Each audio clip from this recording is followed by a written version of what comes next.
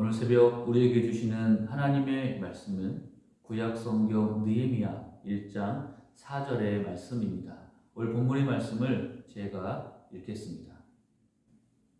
내가 이 말을 듣고 앉아서 울고 수일 동안 슬퍼하며 하늘의 하나님 앞에 금식하며 기도하여. 아멘. 오늘 본문 느헤미야의 말씀은 제1차 포로 귀환부터 제2차 포로 귀환까지, 그리고 그 직후에 있었던 일들을 기록한 에스라서 이후에 그 다음의 내용들을 말씀하고 있습니다. 느헤미야의 예루살렘 귀환과 그 이후에 진행되었던 예루살렘 성벽 재건, 언약갱신, 신앙개혁에 대해서 느헤미야서는 기록하고 있습니다.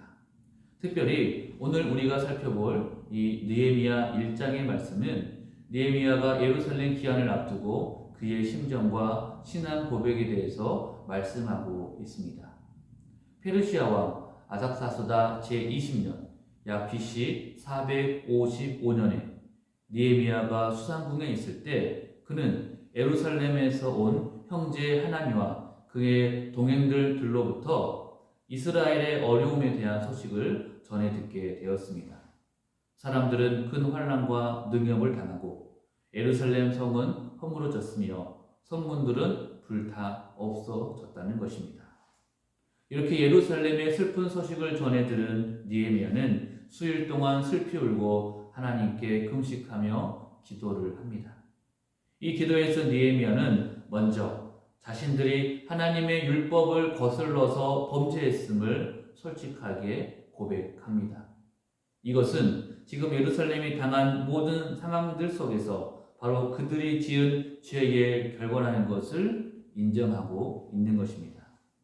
그리고 느헤미야는 이제 이스라엘 백성들이 그들의 범죄함을 깨달아 회개하고 하나님의 계명을 지켜 행한다면 하나님께서 그들을 회복시켜 주시겠다는 약속의 말씀을 다시 한번 되새겨 봅니다. 그리고 하나님께 간절하게 기도하고 있는 것이죠. 그렇다면 이러한 본문의 말씀을 가지고 오늘 새벽 하나님이 주시는 은혜에 대해서 함께 나누고자 합니다.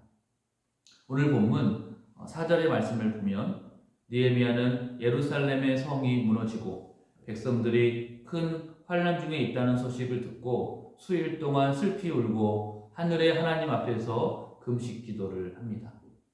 이렇게 며칠 동안 아무것도 먹지 않고 슬피 울고 있는 느헤미야의 모습을 보면 그가 지금 얼마나 큰 충격을 받았는지 알 수가 있습니다. 느헤미야는 이스라엘 백성들이 하나님의 큰 권능과 강한 손으로서 선택하신 하나님의 백성이라는 확신을 가지고 있었습니다. 그래서 더더욱 하나님의 백성들이 이처럼 이방인들에게 큰 환난과 능욕을 당하고 또 하나님이 선택하신 예루살렘 도성마저 무너졌다는 소식은 그에게 정말로 힘든 고통이었습니다. 이처럼 느헤미야는 그의 동족들이 처한 어려운 형편과 처지를 자신과 전혀 무관한 것으로 여기지 아니했습니다. 아마도 지금 자신이 이곳 페르시아 왕국에서 누리고 있는 영광을 오히려 큰 수치로 생각했을 것입니다. 동족들은 지금 큰 어려움을 당하고 있는데 자신은 이곳에서 안락하고 또 평안함을 누리고 있었기 때문입니다. 이처럼 느헤미야가 자기 민족이 당하는 고난을 마치 자기 자신이 당하는 고난처럼 생각했던 이유는 자신과 이스라엘 백성들을 하나의 운명 공동체로 여기었기 때문입니다. 구약 이스라엘 백성들은 하나님 앞에 설 때에 언제나 개인적으로 서지 않았습니다.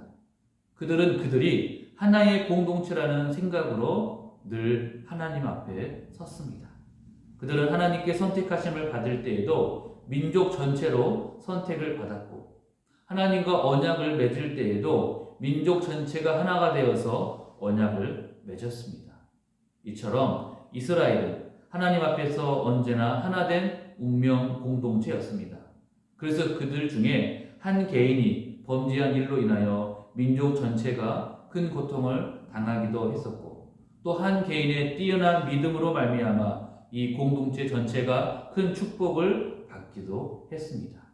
그렇다고 한다면 오늘 우리가 본문을 통해서 함께 나누어야 할 것은 바로 우리 성도님들도 우리 모든 주의 백성들이 바로 하나된 운명 공동체라는 것입니다. 우리는 모두 그리스도 예수 안에서 하나된 공동체로 부르심을 받았습니다. 성경은 그리스도를 교회의 머리로, 교회는 그리스도의 몸으로, 그리고 교회를 이루는 우리 각 성도님들은 그리스도의 몸을 이루는 지체로서 그렇게 말씀합니다. 우리 몸에는 정말로 많은 지체들이 있는데 그러한 지체들은 다른 지체와 별개가 아닙니다. 그 지체들은 결국 한 몸을 이루고 있어서 다른 지체가 고통을 당할 때 그 고통을 함께 나눕니다. 그러므로 우리 모두가 성도로서 다른 성도들의 당하는 고통을 자신의 고난으로 여기는 것은 오늘 본문에서 느헤미야가 그랬던 것처럼 지극히 당연한 일입니다. 그런데 만약 다른 성도의 고통과 아픔을 보고서도 그것을 함께 나누지 못한다면 그것은 결국 우리가 예수 그리스도 안에서 하나된 공동체가 아니라는 것을 나타내는 것입니다. 신약시대의 초대교회 성도들은 자신들이 예수님 안에서 하나된 공동체라는 의식을 분명하게 가지고 있었습니다. 그래서 서로 간의 어려움을 그냥 지켜보고 마는 것이 아니라 자신들의 그 소중한 것이라도 기꺼이 내어놓아서 성도 간의 고통을 함께 나누고 서로 위로하고 격려했던 것입니다. 이것이 바로 예수 그리스도를 머리로 섬기는 우리 교회 공동체의 진정한 모습입니다. 사랑하는 우리 성도님들께 소원합니다. 우리가 그리스도 예수 안에서 하나라고 한다면 우리는 분명 같은 운명 공동체입니다. 형제의 고통이 우리의 고통이고 자매의 즐거움이 우리의 기쁨이 됩니다. 그래서 우리는 함께 수고하고 땀을 흘리며 함께 노력해야 합니다. 그래서 주님 오시는 그날까지 이 땅에서 우리의 가정과 일터에서 하나님의 뜻대로 하나님의 나라를 세워가는 주님의 거룩한 백성들 되시기를 간절하게 소원합니다. 기도하겠습니다.